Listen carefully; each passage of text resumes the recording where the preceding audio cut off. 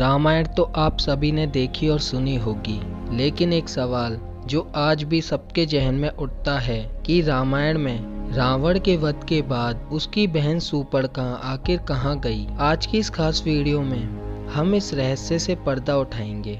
दोस्तों, जैसा कि आप सब जानते हैं कि रामायण में सभी राक्षसों का वध हुआ था और विभीषण व उसके साथियों को लंका सौंप दी गई, लेकिन शूर्पणखा का वध नहीं हुआ था। उसकी नाक काट दी गई थी और उसके अलावा उसका कोई भी जिक्र नहीं मिलता।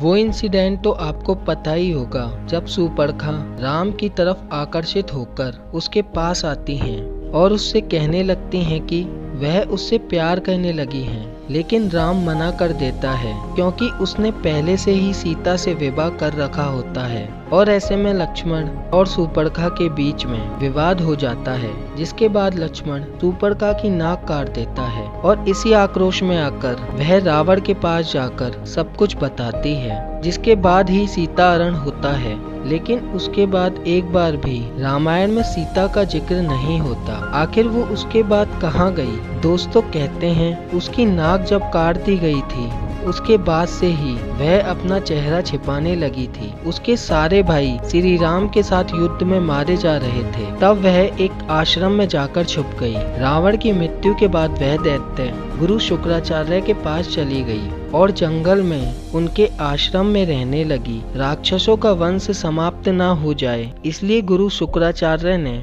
शिवजी की आराधना की। शिवजी ने अपना स्वरूप शिवलिंग शुक्राचार्य को देकर कहा कि जिस दिन कोई वैष्णव इस पर गंगा जल चढ़ा देगा उस दिन राक्षसों का सर्वनाश हो जाएगा। उस आत्मलिंग को शुक्राचार्य ने वैष्णव अर्थात हिंदुओं से दूर रेगिस्तान में स्थापित किया।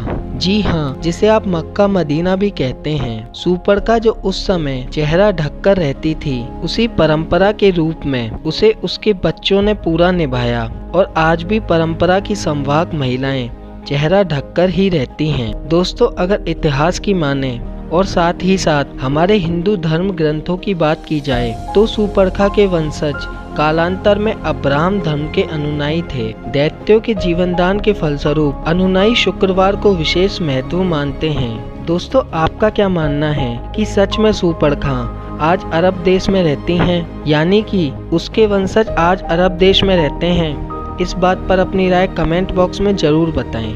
अगर आपको वीडियो अच्छी लगी हो तो वीडियो को लाइक करें और चैनल को सब्सक्राइब करें।